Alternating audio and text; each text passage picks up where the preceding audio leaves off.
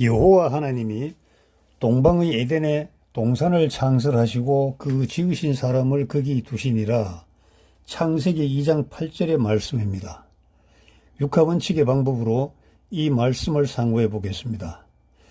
첫째, 누가 하나님께서 언제 천지를 창조하시고 사람을 지으신 다음에 어디서 동방의 동편 지역에 무엇을 에덴 동산을 어떻게 지으셨다.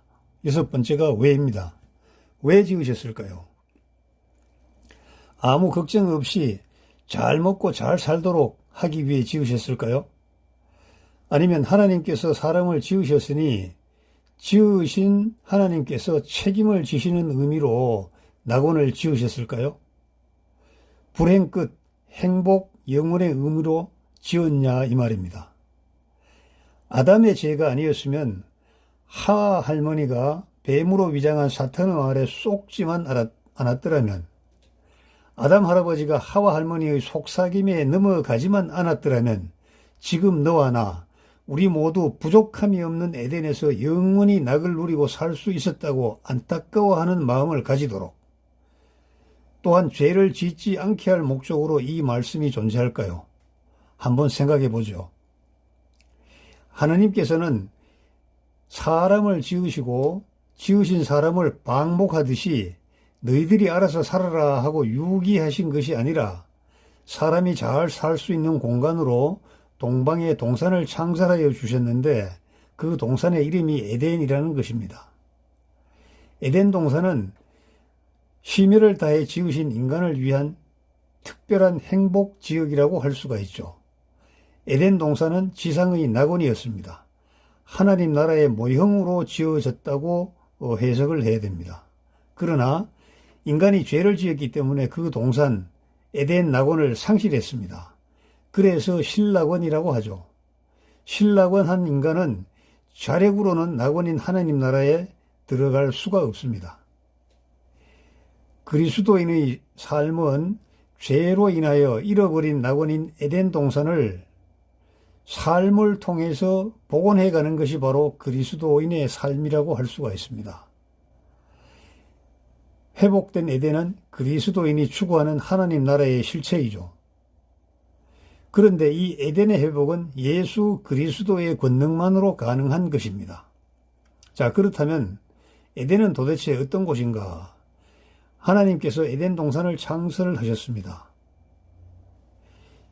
히브리어로 칸인데요.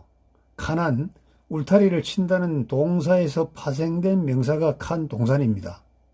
울타리로 둘은 안전한 장소는 파라다이스 낙원이죠.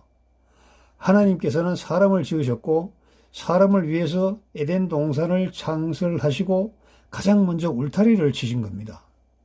이 울타리를 친다는 것은 무엇으로부터 보호하기 위해, 다른 것으로부터 격리하기 위해 치는 거죠. 우리의 삶의 터전을 에덴 동산, 즉 하나님 나라로 복원하는 것은 가장 먼저 울타리를 치는 것으로부터 시작합니다. 울타리를 친다는 것은 격리하는 거죠. 분리하는 것이죠. 도려내는 것입니다. 나의 삶, 인생, 내가 속한 사회를 세속적 사고방식으로부터 더 이상 물들지 않도록 울타리를 치는 것입니다. 하나님을 믿는다는 증거는요, 사고가 변하는 것입니다. 지금까지 철옹성처럼 단단했던 사고가 완전히 바뀌는 것이죠. 사고가 바뀌면 행동이 바뀌고 삶이 바뀌는 것입니다.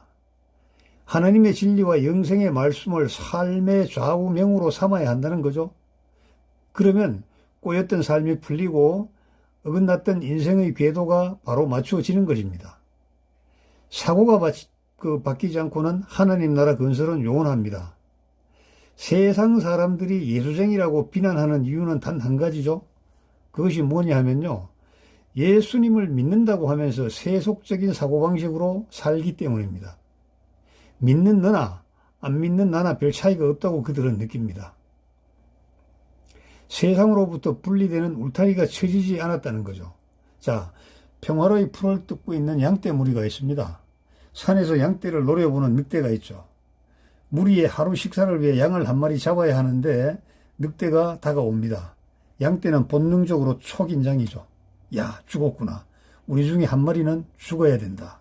이때 목동이 몽둥이를 들고 나타나서 늑대를 후려쳐서 쫓아버립니다.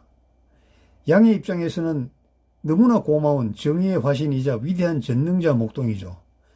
양을 지켜주고 죽음에서 구해준 생명의 은인인 것이기 때문입니다. 그런데 목동에게 맞아서 도망가는 늑대와 늑대의 가족들에게 목동은 완전히 악당입니다. 어렵사리 찾은 하루 식사인 양을 잡지 못하게 하면 물론이고 엄마 늑대를 몽둥이로 패서 다른 먹잇감도 사냥하지 못하게 만들었기 때문이죠. 같은 목자 한 사람의 행위를 놓고 양의 입장에서 보면은 정의의 사자요, 늑대의 입장에서 보면은 완전 악당입니다. 지금 우리나라에서 정치적으로 이슈가 되는 딱 한 사람 있죠. 이 한 사람을 두고도 시각이 극명합니다. 있을 수 없는 일, 보통 사람의 지각만 가져도 해서는 안 될 일, 염치도 체면도 없는 양아치 같은 정치인이라고 손가락질을 합니다. 그런데 다른 한편 그들이 속한 집단의 시각에서 보면 그는 역시 정의의 화신입니다. 서로 행동이 좀 석연찮기는 했을지라도 자기 무리들이 살아남기 위해서, 다음을 설계하기 위해서 계획적인 행동이기에 정당하다고 보는 것입니다. 소속 집단의 이익을 보호하기 위한 울타리라고 자기들끼리 박수를 치는 것이죠. 마태복음 16장 21절을 살펴보겠습니다. 베드로가 예수를 붙들고 항변하여 이르되 주여 그리 마옵소서, 이 일이 결코 주께 미치지 아니하리이다. 예수께서 돌이키시며 베드로에게 이르시되 사탄아 내 뒤로 물러가라. 너는 나를 넘어지게 하는 자로다. 내가 하나님의 일은 생각하지 아니하고 도리어 사람의 일을 생각하는도다 하시고, 여러분들 익히 잘 아시는 말씀입니다. 자, 이 말씀의 직전 상황을 한번 살펴볼 필요가 있죠. 빌립보 가이사랴 지방에 이르렀을 때 주님께서 제자들에게 질문합니다. 사람들이 나를 누구라고 하디? 이런저런 대답이 나옵니다. 그렇다면 너희는 나를 누구라고 생각하는가? 이때 베드로가 신통방통한 대답으로 주님께 최상의 칭찬, 극상의 칭찬을 받습니다. 16절이죠. 시몬 베드로가 대답하여 이르되 주는 그리스도시요 살아계신 하나님의 아들이시니이다. 예수님께서 대답하셨죠. 바요나 시몬아 내가 복이 있구나. 이를 내게 알게 한 이는 혈육이 아니요 하늘에 계신 내 아버지시니라. 너는 베드로야. 내가 이 반석 위에 내 교회를 세우리니 음부의 권세가 이기지 못하리라. 내가 천국의 열쇠를 내게 주리니 내가 땅에서 무엇이든지 매면 하늘에서도 매일 것이요 내가 땅에서 무엇이든지 풀면 하늘에서도 풀리리라 하시고. 자, 문제는 그 다음에 발생하지요. 21절입니다. 예수님께서 많은 고난을 받고 죽임을 당하고 제3일에 살아나야 할 것을 제자들에게 비로소 나타내시니, 비로소입니다. 이 순간부터 일대 전환이 발생한다는 거죠. 제자들은 모르는 일이지만 예수 그리스도께서는 예정된 하늘의 스케줄대로 급속하게 모든 일이 진행된다는 뜻입니다. 그러자 베드로가 버럭합니다. 직전에 예수님으로부터 극찬을 받았던 베드로였지만 세상 계산에서, 세상 주판에서 어긋나는 느낌이 들자마자 주는 그리스도시요 살아계신 하나님의 아들이라고 말했던 그가 그의 입으로 예수 그리스도를 서슴없이 모욕합니다. 그러니까 예수님께서는 사단아 물러가라. 너는 하나님 편에서 생각하지 않고 인간 편에서만 생각하는구나 하고 질책을 하신 것입니다. 그리고 이어서 말씀하셨죠. 제자들에게 누구든지 나를 따르려거든 자기를 버리고 자기를 부인하고 자기 십자가를 지고 따르라고 이렇게 명령하십니다. 십자가를 진다는 게 무엇입니까? 그 당시 사람들은 익숙히 알고 있는 말입니다. 죄인, 사형수가 자기가 매달려 죽을 사형틀인 십자가를 지고 사형장으로 가는 그 그림을 연상하는 겁니다. 우리는 우리 인생을 통째로 버려야 한다, 이런 생각을 자꾸 하잖아요. 그런데 이 십자가는 사형수가 자기가 매달려 죽을 틀입니다. 자, 세상 사람들은요, 세상에서 더 잘 살기 위해서 수단과 방법을 가리지 않기 때문에 하늘의 말씀, 로고스를 들으려 하지 않습니다. 주는 그리스도시요 살아계신 하나님의 아들이라는 정답을 말해서 극찬받았던 베드로조차 자기 계산에 어긋난다고 예수님을 멱살잡이하면서 막말을 쏟아붓습니다. 하늘의 말씀을 따르기 위해 세상 죽음을 기꺼이 맞을 준비가 전혀 되지 않았던 것이죠. 자기를 부인할 마음이 손톱만큼도 없었던 것입니다. 자기를 부인한다. 자기를 부인한다 하면 세상 희로애락을 모두 버리고 오직 주님을 따른다는 상당히 거룩한 의미로 받아들입니다.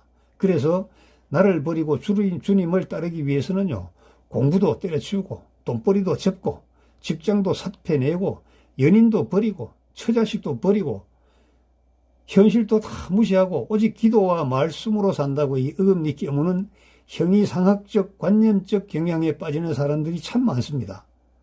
왕에게 간언하다가 역모의 죄로 형틀에서 조리돌림을 하면서 뼈가 으스러지면서도 전하 통촉하시옵소서를 외치는 역사의 충신처럼 되는 그 모습을 상상하는 사람들이 대부분입니다.